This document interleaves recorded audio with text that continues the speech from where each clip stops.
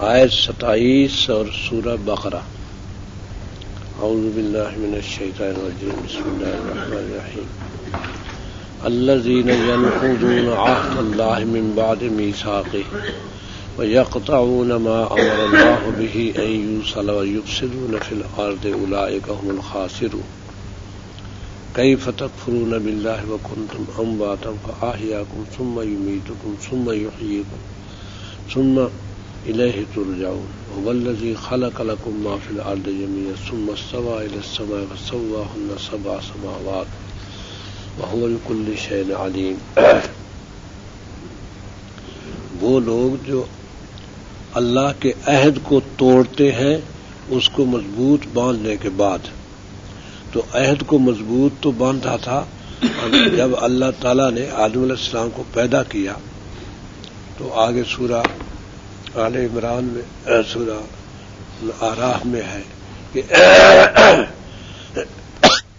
من بنی آدم من ظہورہم ذریتہم، جب اللہ تعالیٰ ان کی اولادوں کو نکالا، یہ آدم علیہ السلام کو پیدا کرنے کے بعد آدم علیہ السلام کی پشت سے ساری اولاد نکلتے نکلتے آگے پھر ماں باپ سے نکل سارے نکل آئے، تو وہ چونٹیوں کی صورت میں تھے سارے، ہاں جی، یعنی روحیں تھیں گویا۔ ان سے پوچھا اللہ تعالیٰ نے الستو بربکم، وہ تمہارا رب نہیں ہوں؟ سب نے کہا بلا، کیوں نہیں ہے رب، تو رب ہے ہمارا۔ فرمایا شہدنا ان تقولوا یوم القیامۃ انا کنا ھذا غافلین، ہم نے تمہیں گواہ کیا ہے اب یہ قیامت میں یہ نہ کہو کہ رب ہم غافل تھے، یعنی جب تمہیں دنیا میں لاؤں گا تو مجھے بھول جاؤ، اوروں کو پوجنا شروع کر دو، مجھے بھول جاؤ، اوروں کی اطاعت شروع کر دو، اوروں کی بات شروع کر دو، پھر قیامت کے دن جب پوچھوں بھائی کیا کیا، کہہ دیا ہے رب ہم تو پتہ نہیں تھا، غافل تھے، میں آج تم سے عہد لے رہا ہوں۔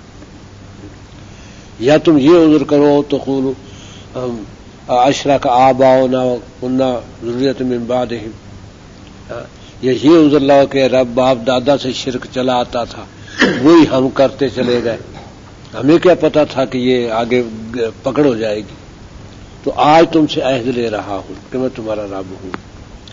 یہ عہد انسان کے ضمیر میں موجود ہے، اس عہد سے انسان انکار نہیں کر سکتا کہ اللہ تعالیٰ نے یہ عہد دیا تھا، کیونکہ فطرت میں موجود ہے کہ روس نے انکار کر دیا رب ہے ہی نہیں، موجود ہی نہیں ہے، انکار کر دیا، اور لینن کو پوجنے شروع کر دیے، رب تو بنا لیا تم نے۔ یہ ہے عہد کہ رب اللہ ہے اور نہیں ہے۔ انسان اگر اللہ کا انکار کرے گا کسی کو رب ضرور بنائے گا، کیونکہ فطرت میں موجود ہے، رب بنائے گا کسی نہ کسی کو۔ تو انہوں نے لینن کے بت جگہ جگہ پر کھڑے کر دیے، رب کا تو انکار، جو رب کو مان لے سزائے موت، اگر وہ کلمہ پڑھ تب دکھائی دے کہ لا الہ الا اللہ، سزائے موت، رب کا تو یوں انکار کر دیا، مذاق اڑائے رب کے، ایک بڑا سا پتلا بنا لیتے اور اس کو چارپائی پہ ڈال لیا، سروں پہ اٹھا لیا، کدھر جا رہے ہیں، کیا بات ہے کہ یہ رب اوپر سے کھینچا تھا آسمانوں سے، اس کو اب کہیں پھینکنے جا رہے ہیں، ایسے ایسے مذاق کرتے تھے روسی، آج ذلیل ہو گئے جب یہ ان کا توتی بولتا تھا۔ اور کہیں ایک بہت بڑا بت بنا کے کپڑوں وپڑوں کا، اور اس کو رسی باندھ کے کھینچ رہے ہیں، پیچھے سے جوتے پڑ رہے ہیں، زمین پہ کھینچے جا رہے، کیا ہوا کہ رب آسمان سے کھینچا، اس کو پھینکنے جا رہے ہیں، اس طرح انہوں مذاق کرتے تھے۔ اللہ نے لینن کا بت دے دیا پوجنے کو، لو بھائی، اب جگہ جگہ پر لینن کے بت، ہر شہر میں مرکزی چوک میں لینن کا بت کھڑا ہے، جو جائے گا صبح اٹھو اور ناشتہ واشتہ کر کے چلو، سب سے پہلے لینن کے بت کو سلامی دو، پھر کام پہ جاؤ، یہ تھی ان کی عبادت۔ ہر شخص کو لینن کے بت کی سلامی دینی پڑتی تھی، یہ عبادت تھی اس بت کی۔ اور جب پھر شکست ہوئی ہے تو لوگ اس رب سے اتنے بیزار تھے کہ سب لوگ گھروں سے ٹوٹے اسی بت کی طرف، اس پر ڈنڈے جوتے مار مار کے جناب کچومر کر دیا جہاں جہاں جس شہر میں تھا. آخر حکومت نے پھر یہ ہے کہ وہ لے کے وہ کباڑیوں کو دے دیا وہ رب اپنا. تو یہ عہد موجود ہے کہ انسان اگر رب کی بات نہیں کرے گا تو کسی کی تو کرے گا، لازمن کرے گا کسی کی. تو یہ عہد لیا تھا کہ کسی کی نہیں میری کرو گے. تو وہ عہد پکا ہے طبیعت میں فطرت میں، اور وہ یاد آ جاتا ہے عہد جب اللہ کے نبی عہد کے دعوت دیتے تھے تو یاد تو آ جاتا تھا. ضد ہو جاتی تھی نہیں مانیں گے بس، کیونکہ سردار ہے ان کی سرداری خطرے میں پڑتی ہے. اگر رب کو مانے تو سرداری خطرے میں پڑتی ہے. سرداری ایسے رخ پہ چلی گئی جیسے ہمارے سردار ہے، کیوں مانے شریعت کو؟ کیونکہ ان کی سرداری خطرے میں پڑتی ہے یا نہیں مانتے. اب امریکہ پوجا جا رہا ہے، رب کو تو نہیں پوجتے لیکن امریکہ پوجا جا رہا ہے، اس کی ہر بات مانی جا رہی ہے. اپنوں کو قتل کیا جا رہا ہے اس کی خاطر، جو کہتا ہے کرتے ہیں بس. اور ملک برباد ہو گیا. اب یہ ہے کہ بھئی کہتے ہیں کہ $70 ارب روپے نہیں $70 ارب کا نقصان ہوا پاکستان کا امریکہ کی اس جنگ میں. جو کہتے ہیں ملک خوشحال بنا دے گا. اب یہ $70 ارب کی کمی کہاں سے پوری ہوگی؟ کھا پی کے تو سارا برابر کیا ہوا. یہ ہے عہد توڑنا. یہ الذین ینقضون عہد اللہ، جو توڑتے ہیں اللہ کا عہد من بعد میثاقہ، اس کو پکا باندھنے کے بعد. پھر یہ بھی تھا کہ اصل عہد توڑنے والے یہودی تھے. ویسے مکے والوں نے بھی عہد توڑا کیونکہ ابراہیم علیہ السلام نے ان کو تعلیم سکھائی تھی. اسماعیل علیہ السلام جو ان کے باپ تھے انہوں نے سب بیٹوں کو یہ تعلیم سکھائی تھی کہ اللہ ایک ہے، اس کی بات کرنی ہے. اور آگے پھر نسل بہ نسل چلتی رہی، رفتہ رفتہ پھسلتے رہے، عہد سے ہٹ گئے جو عہد پکا باندھا تھا. موسیٰ علیہ السلام آئے تورات لے کے، انہوں نے عہد سکھایا تھا اور یہود جانتے تھے اس عہد کو. یہود اللہ کے نبی کو بھی جانتے تھے، حتیٰ کہ عمر فاروق اور صدیق عثمان علی تک کے نام ان کی کتابوں میں تھے موجود. ان کی خلافت بھی موجود تھی کہ اس طرح وہ خلیفہ بنے گے بعد، سب کو موجود تھا. اس لیے شاہ روم نے جب نبی صلی اللہ علیہ وسلم کا خط شاہ روم کو پہنچا ہے بیت المقدس میں، تو اس نے کہا کہ عربوں کا قافلہ لاؤ، کوئی ہو عرب آئے ہوں تجارت کے لیے معلوم آئے ہوئے کہ ان کو لاؤ. تو اس میں حضرت ابو سفیان بھی تھے، اس وقت ایمان نہیں لائے تھے. کہا کہ وہ جس نے تمہارے نبی کا دعویٰ کیا ان میں رشتہ دار کون ہے اس کا تم میں؟ تو حضرت ابو سفیان نے کہا میں ہوں. کیا لگتے ہو؟ جی وہ میرے چچا دار بھائی ہیں، جیسے ہم کہتے ہیں قدر ہے میرے. اس کو آگے کر دو، باقی کو پیچھے کر دیا. یہ اگر جھوٹ بول لے تم فون ٹوک دینا، اس کو مجھے بتا دینا، میں اسے کوئی سوال کرنے والا ہوں. پھر اس نے سوال کیے. جب سوالوں کے جواب ابو سفیان کہتے ہیں جھوٹ تو بولنا چاہتا تھا لیکن مجھے یہ اندیشہ ہوا کہ یہاں تو یہ کچھ نہیں مجھے کہیں گے، ساتھی چھپا لیں گے میری بات کو، مکے جا کے ظاہر کر دیں گے کہ ہمارا لیڈر جو ہے جھوٹ بھی بول لیتا ہے، میری سرداری ختم ہو جائے گی. لوگ سچے تھے، کافر سے سچے تھے، اس میں شک نہیں. اسی لیے اللہ پھر ایمان بھی نصیب کر دیا. تو جب وہ سوالات کے جواب ہو چکے تو پھر شاہ روم نے کہا کہ جو باتیں میں نے تجھ سے پوچھی ہیں اور تو نے اس کے جواب دیے ہیں، اگر یہ تیری باتیں جو میرے جواب میں کہیں سچی ہیں تو وہ اللہ کا نبی ہے، اور مجھے پتا تھا اسے آنا ہے، کہ مجھے پتا تھا کہ وہ آئے گا، لیکن مجھے یہ نہیں معلوم تھا کہ تم میں آئے گا. اور اگر میں اس کی خدمت میں ہوتا تو اس کے پاؤں دھونے کی خدمت میں اپنے ذمہ لیتا،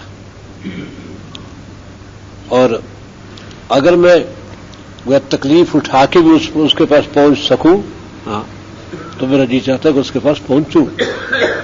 اور جہاں میں بیٹھا ہوں ان قدموں کی مالک کا بھی، ان قدموں کی زمین کا مالک بھی وہی ہے آئندہ، یعنی یہاں تک اس کی حکومت آئے گی. اب اتنا تک تو جانتے تھے. پھر بیچارے نے ایمان کا اظہار بھی کیا، سب کچھ کیا، لیکن پھر جب سارے مخالف ہو گئے اٹھ کھڑے ہوئے، جناب کہ لیں اچھا میں نے تو تمہیں آزمایا تھا. پھر اس نے دیہا کلبی سے کہا کہ دیکھا آپ نے میرے ساتھ کیا ہے کہ مجھے قتل کر دیں گے یہ. تو پھر تحائف اس نے پھر بھیجے نبی صلی اللہ علیہ وسلم کی طرف. تو اور یہ بھی کہا کہ انی مسلم، کہ میں مسلمان ہوں. لیکن اس کے بعد ہوا کیا اس کے ساتھ یہ پھر تاریخ نہیں بتاتی، کچھ نہیں بتاتی اس کا کیا ہوا کیا نہیں ہوا. بس یہ آخری بات اس کی اتنی تھی، لیکن جانتے تھے نا کہ یہ میثاق ہے. اور یہودی اس طرح جانتے تھے کہ قرآن نے خود کہا کہ یعرفون کما یعرفون ابناءہم، وہ نبی صلی اللہ علیہ وسلم کو اس طرح پہچانتے ہیں جیسے اپنے بیٹوں کو پہچانتے ہیں، اس کے باوجود نہیں مانتے. تو یہ ہے کہ وہ میثاق توڑتے ہیں پکا باندھنے کے بعد. پھر یقطعون ما امر اللہ بہ ان یوصل، جو شخص اس عہد پہ نہیں ہوگا وہ رشتہ داریوں کا لحاظ نہیں کرے گا، کیونکہ دنیا سامنے آ گئی اور دنیا کو مقدم رکھے گا. لہذا کاٹتے ہیں ان رشتوں کو، یقطعون کاٹتے ہیں ما ان رشتوں کو امر اللہ بہ جن کا حکم دیا ہے اللہ نے ان یوصل کہ انہیں ملایا جائے. جن رشتوں کے ملانے کا اللہ نے حکم دیا ہے ان رشتوں کو یہ توڑتے ہیں. تو اللہ تعالیٰ نے سب رشتوں کی درجہ بندیاں کر دی، کیونکہ ماں باپ کا سب سے پہلا حق ہے. اور پھر اس کے بعد بیوی کا پہلا حق ہے، خاوند کا پہلا حق ہے، اور پھر اولاد کا حق ہے. جب تک نابالغ رہیں تو ان کی اخراجات بھی ذمے ہے فرض کے طور پر. بالغ ہو جائیں اور پھر ان کی تربیت بھی ذمے ہے. پھر جس طرح رشتہ دور ہوتی جائے گی کہ باپ کے بعد دادا ہے، پھر چچا تایا ہے، پھر امی کے بھائی ماموں ہیں، پھر اپنے سسرالی رشتے ہیں. سب رشتے اللہ تعالیٰ نے واضح کیے اور نبی صلی اللہ علیہ وسلم نے سب کے آداب بتا دیے، کس کے ساتھ کس حد تک جانا ہے یہ، اور سب پر احسان کرنا ہے. اور پھر اس کے سب سے پہلے ان سے بھی پہلے رشتہ اللہ کے نبی کا ہے. اللہ کے نبی کا رشتہ ماں باپ سے بھی پہلے ہے، اس کے بعد ہی پھر ماں باپ کا رشتہ آئے گا. اور اللہ کی بات کرنے کے بعد سب سے بڑے احسان کا حقدار ماں باپ ہے.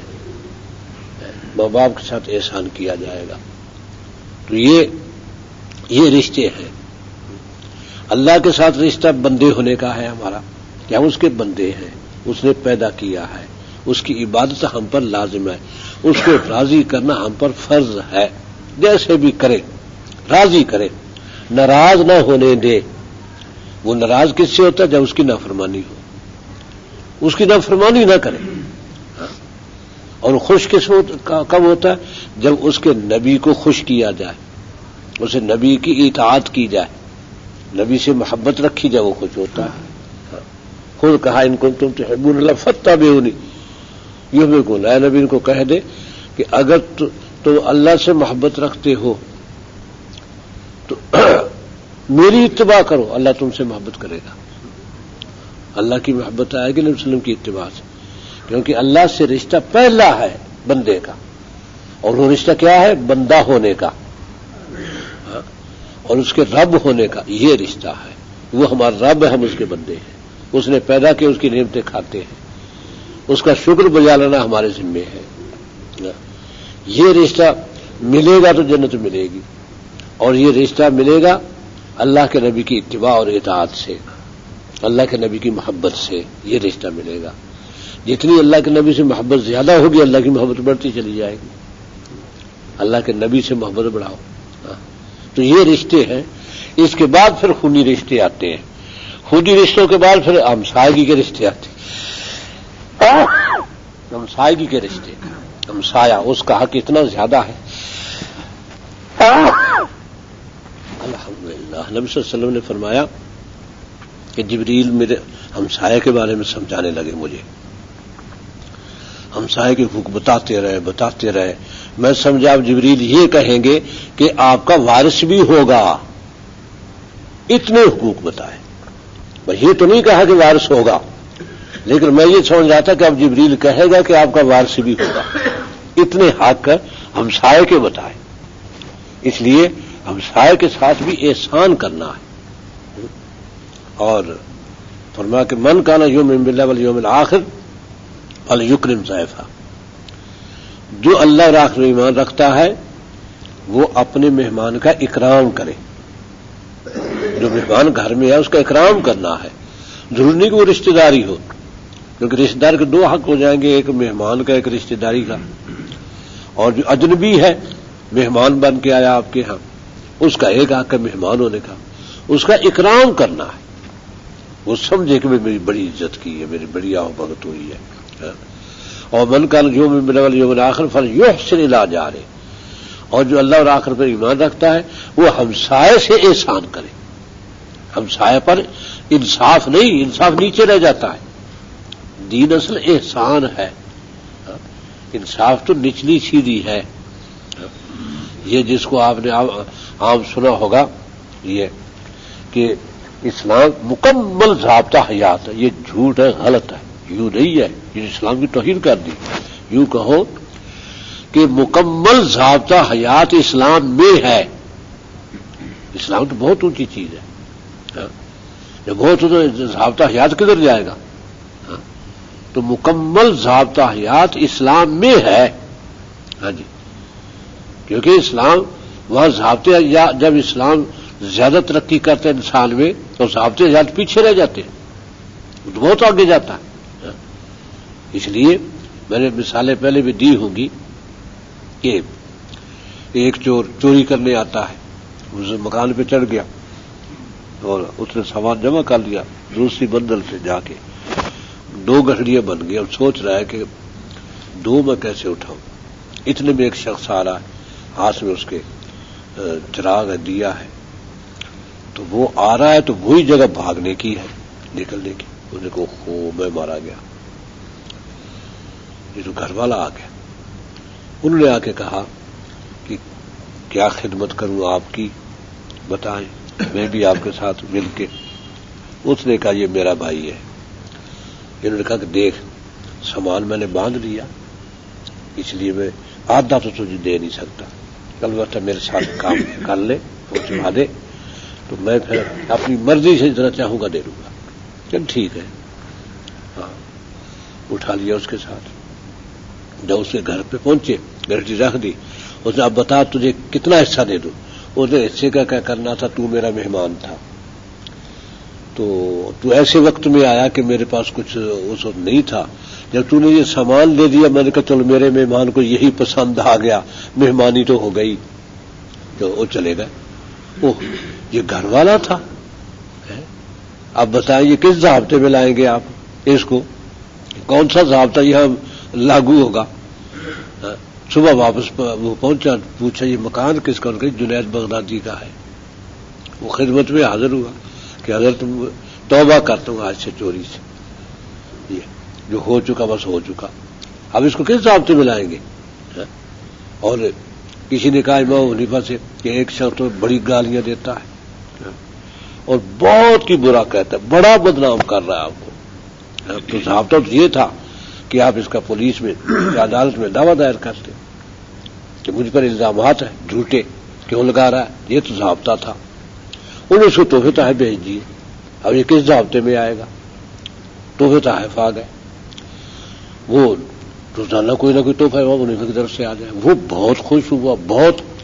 اب ابو حنیفہ کی تعریف جس مجلس میں بیٹھے کہتے وہ بھولا ہوا تھا، یہ شخص تو بہت ہی اچھا ہے، میں تو کب یہ ایسا شخص پر ملا ہی نہیں اس سے. بہت میل ملاپ بھی شروع کر دیا. اب بڑی تعریفیں، بڑی نیاز مندی. انہوں نے تحفے تحائف بند کر دیے. وہ پھر آیا کہ اب ناراض ہو گئے کہ نہیں کس چیز سے، کیوں ناراض ہونا تھا، کہ مجھے قصور نہیں ہوا. تو پھر آپ نے کچھ توجہ ہٹا لی.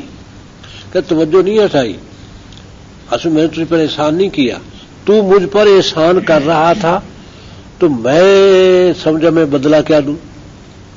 میرے پاس بدلہ دینے کوئی چیز تھی نہیں، یہ مال تھا میرے پاس، میں نے کہا چلو یہی کچھ ہو جائے، کچھ تو آپ کے احسان کا بدلہ۔ احسان میں نے کون سا احسان کیا؟ کہتے میرے عیب گنتے تھے تو اپنی نیکیاں میرے کھاتے میں لکھوا رہے تھے۔ میرے پاس تو نیکی کرنے کی توفیق نہیں ہے، میں تو ایسے گناہگار بندہ ہوں، تیری نیکی میرے کھاتے میں آج میں خوش ہو گیا، کتنا بڑا احسان کرتا ہے، نیکی کر کے میرے کھاتے میں لکھوا دیتا ہے، نیکی کر کے میرے کھاتے میں لکھوا دیتا ہے، اس سے بڑا احسان اور کیا ہو سکتا تھا مجھ پر؟ اب میں تو اس کا بدلہ دے نہیں سکتا، میرے پاس نیکی ہی نہیں تھی، تو میں نے سوچا کہ یہ میرے پاس مال موجود ہے، چلو یہی دوں۔ اب جناب بیچارہ توبہ طائب ہوا کہ آئندہ میں کسی کی ہمت نہیں کروں گا۔ بتاؤ اس کو کس ضابطے میں لاؤ گے؟ یہ اسلام ہے؟ اسلام ضابطے سے بہت اوپر ہے، ضابطہ اسلام میں ہے، لیکن یہ اسلام کی توہین ہے یہ کہنا کہ اسلام مکمل ضابطہ حیات ہے، اور کسی نے خیال نہیں کہ یہ راوا راوی میں لفظ کہہ دیا جاتا ہے کہ اسلام مکمل ضابطہ حیات ہے۔ یوں کہو کہ اسلام میں مکمل ضابطہ حیات موجود ہے، یوں کہو ضابطہ حیات اسلام کی وہ پہلے سیڑھی ہے کہ جس سے گرو گے تو جاؤ گے جہنم میں، جاؤ گے، اس پہلی سیڑھی سے نہ گرو، اس سے اوپر چڑھو، یہ پہلی سیڑھی ضابطہ حیات ہے۔ تو یہ ہے کہ وہ کاٹتے ہیں ان رشتوں کو جن کے ملانے کا اللہ نے حکم دیا ہے، امر اللہ ان یوصل، تو اس طرح وہ رشتے ملائے جاتے ہیں۔ ظاہر کے رشتے ضابطہ حیات سے بہت اونچے ہیں کہ آپ اپنے ہمسائے کو کوئی تکلیف نہ دے، کوئی راہ و رسم بھی نہ رکھے، کوئی اس کا نقصان بھی نہ کرے، ضابطہ تو پورا ہو گیا۔ لیکن نبی صلی اللہ علیہ وسلم فرما رہے ہیں کہ یحسن الی جارہ، اپنے ہمسائے پر احسان کرے، یہ ضابطے سے بہت اونچی چیز ہے، ضابطہ پیچھے رہ گیا۔ ضابطہ صرف اتنا تھا کہ اپنی طرف سے کوئی شکایت نہ ہونے دے، بس یہ ضابطہ تھا۔ شکایت ہوئی تو اس کا آپ مجرم بن گئے، وہ عدالت میں دعویٰ دائر کر سکتا ہے، کیونکہ جب اسلام تھا نا تو اس وقت اب حضرت عمر گزرے، حضرت عثمان کے پاس سے کہا السلام علیکم، وہ کسی خیال میں تھے، جواب نہیں آیا، عدالت میں پہنچ گئے عمر کے ہاں کہ میں نے سلام کہا، عثمان نے جواب نہیں دیا، بلا لیا گیا، آپ نے ان کے سلام کا جواب کیوں نہیں دیا؟ کہتے کب؟ کہتے فلاں وقت۔ کہتے مجھے پتہ ہی نہیں، آپ میرے پاس سے گزرے ہیں، میں تو ایک خیال میں تھا۔ وہ کیا خیال تھا؟ یہ تھا کہ اب دنیا میں رہ رہے ہیں، آخر نجات کی کیا صورت ہے؟ نبی صلی اللہ علیہ وسلم تشریف لے گئے، رہ گئے ہم اکیلے، بچاؤ کی کیا صورت بنے گی؟ اب یہ تو ہمارے ساتھ بھی ہے۔ پھر خیال میں حضرت ابوبکر ہی نے بتایا کہ رسول نے بتایا تھا کہ بچاؤ کی صورت یہ ہے کہ یہ کلمہ جو ہے لا الہ الا اللہ محمد رسول اللہ، بات سے اس میں پکے ہو جاؤ، بچاؤ کی صورت بنے گی۔ یہ یعنی اتنی باتوں پہ باقاعدہ مقدمے ہو جاتے تھے، کیونکہ اخلاق بہت اونچے تھے، ضابطے سے بہت اونچی بات چلی گئی تھی۔ اور پھر یفسدون فی الارض، ایک تو رشتے توڑتے ہیں، پھر زمین میں فساد، کیونکہ سارا فساد ظاہر ہے کہ حکمرانوں کا جلوس کس کے علاوہ نکلتے ہیں؟ کیوں نکلتے ہیں؟ مجرم ہے حاکم، اس لیے لوگ دھرنے دیتے ہیں، جلوس نکالتے ہیں، مظاہرے کرتے ہیں بیچارے، پھر گاڑیوں کو آگ لگتی ہے، پھر نوجوان جوش میں آ کے پراپرٹی کا نقصان کرتے ہیں، بسیں جلا دی، حالانکہ بسوں والوں کا کیا کچھ، ان کو جلاتے ہو؟ بسیں اس لیے جلاتے ہیں کہ سارا پیسہ ان لوگوں نے جمع کر رکھا ہے اور غریب بیچارے مفت مارے جا رہے ہیں، تو اس لیے یہ فساد، زمین میں فساد، جب دین سے ہٹا جائے گا زمین میں فساد ہی فساد ہوگا۔ جب تقوی پر ہوگا معاملہ، سب متقی ہوں گے، تو زمین میں فساد نہیں ہوگا۔ فساد اس وقت ہوتا ہے جب اللہ کی نافرمانیاں ہونے لگے، انصاف خود نہیں آتا، انصاف اللہ سکھاتا ہے۔ جب اللہ سے ہٹ گئے تو انصاف کیسے ہوگا؟ کہتے ہیں کہ امریکہ کی عدالت میں ظلم نہیں ہوتا، کہتے ان کا پورا انصاف ہے۔ اس کی مثال کہ ایک معصوم سی بیچاری عورت صرف اس لیے اٹھائی جاتی ہے کہ وہ پردہ کرتی ہے، وہ نیک ہے، وہ صالح نمازیں پڑھتی ہے اور اللہ کے راستے میں کھل کے خرچ کرتی ہے اور اس میں مجاہدین کو بھی دیتی ہے. چلو اٹھا لیں.